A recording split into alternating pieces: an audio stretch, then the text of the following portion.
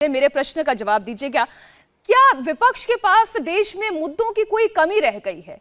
ED, IT, CBI, corona, महंगाई, न जाने कितने मुद्दे हैं। मुद्दों का अकाल नहीं है देश में, फिर भी तिरंगे को लेकर राजनीतिक छींटाकशी क्यों?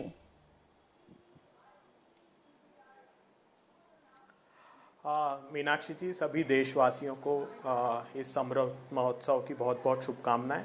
भारतीय जनता पार्टी ने भी जो तिरंगा यात्रा निकाली, उनको हमारी पार्टी की तरफ से बहुत बहुत शुभकामनाएं।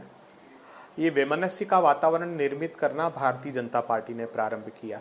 अभी अखिल भारतीय सेवा दल ने हमारी साबरमती से लेकर दिल्ली तक की एक पदयात्रा की। हमने सभी को उसमें आह्वान किया था। 1 जून को वो यात्रा अमृत महोत्सव की तिरंगा यात्रा प्रारंभ की थी। भारतीय जनता पार्टी ने उसमें अपनी सहभागिता सुनिश्चित नहीं की, लेकिन हमने कोई वैमनस्य नहीं रखा। जहाँ तक भगवा का प्रश्न है, तो भगवा हमारी सनातन धार्मिक आस्था का प्रतीक है और तिरंगा हमारी देश की अस्मिता का प्रतीक है। दोनों में प्रीति है, प्रतिद्वंदिता नहीं है। इसलिए मैं दोनों में प्रतिद्वंदिता नहीं ढूंढता। प्रधानमंत्री जी ने कहा कि सभी लोग अपनी सोशल मीडिया की डीपी पर तिरंगा लगाएं, अपनी तस्वीर चाहे तो उसमें साथ लगाएं। तो हमने देश के पहले प्रधानमंत्री ही नहीं, देश के स्वतंत्रता सेनानी जिन्होंने बर्तानिया की जेल में 9 वर्ष बिताए, उनकी वो तस्वीर लगाई जिस 12 जुलाई 1947 को हमने इस तिरंगे को अंगीकार किया था। मैं वैमनस्य और घृणा पर कोई बात नहीं करना चाहता, लेकिन सुधांशु जी ने इतनी बातें की तो मैं थोड़े से जो इतिहास है उस पर इनका प्रकाश डालना चाहता हूँ। वंदे मातरम पर इन्होंने बात की। आजादी के आंदोलन के दौरान राष्ट्रीय स्वयंसेवक संघ के एक भी कार्यकर्ता की जिबा पर वंदे मातरम का उद्घोष नहीं था। अगर वो होता तो वो बर्तानिया की जेल में होते।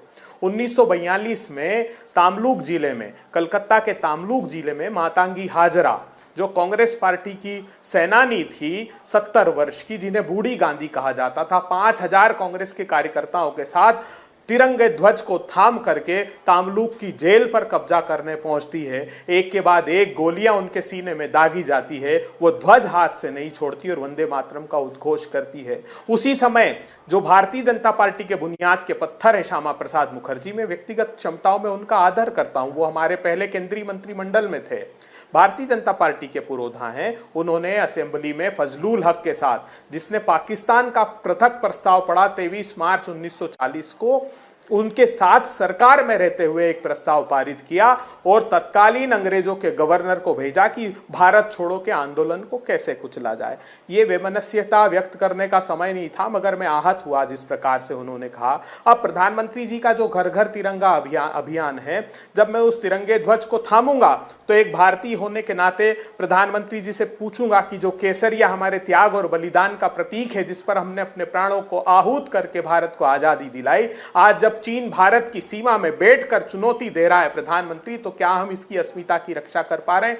जो सफेद शांति और समृद्धि का प्रतीक है प्रधानमंत्री जी, मैं आपसे पूछूंगा कि मुझे इस बात का जवाब दीजिए कि जिस देश में 142 लोग 30 लाख करोड़ रुपए महामारी की विभीषिका में कमा ले, 12 करोड़ के रोजगार छिन जाए, 84 करोड़ लोग गरीब हो जाएं, उनकी आमदनी कम हो जाए प्रधानमंत्री जी, तो भारत की समृद्धि का क्या न्यायोचित वितरण आपने तय किया? भारत इस तिरंगे की अस्मिता पर पूछूंगा। जो हरा रंग है उसकी उर्वरता का प्रतीक है। तब मैं प्रधानमंत्री से पूछूंगा कि किसानों की आमदनी क्यों 27 रुपए रह गई और एक धन्ना सेठ की 1002 करोड़ रुपए क्यों रह गई? जब तीनों रंगों को एक साथ देखकर प्रधानमंत्री जी आपके आह्वान पर मैं ध्वज थामूंगा, तब पूछूंगा कि यह प्रतीक है बहुलतावाद का, विभिन्न भाषा, भूषा, भेषज, धर्म, संस्कृति, संस्कारों का। इस बहुलतावाद में क्यों जड़ता का बबूल बोया जा रहा है सत्ता की भूख के कारण? यह जायज प्रश्न है। चूंकि प्रतिपक्ष में हूं, इसलिए मेरा दायित्व है कि इन प्रश्नों को मैं पूछूंगा।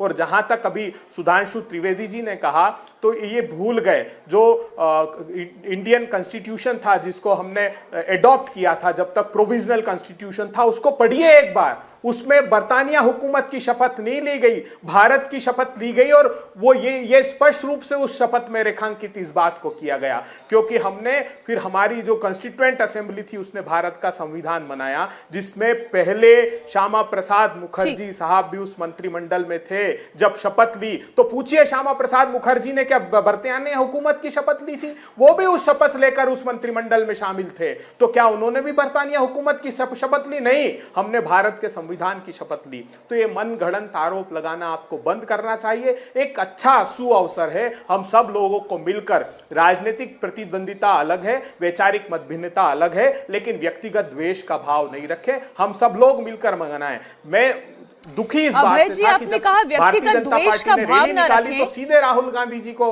अंकित किया। जी। इंडिया टीवी हर वक्त हर जगह डाउनलोड करने के लिए सर्च करें India TV news Google play store या ऐप स्टोर पर।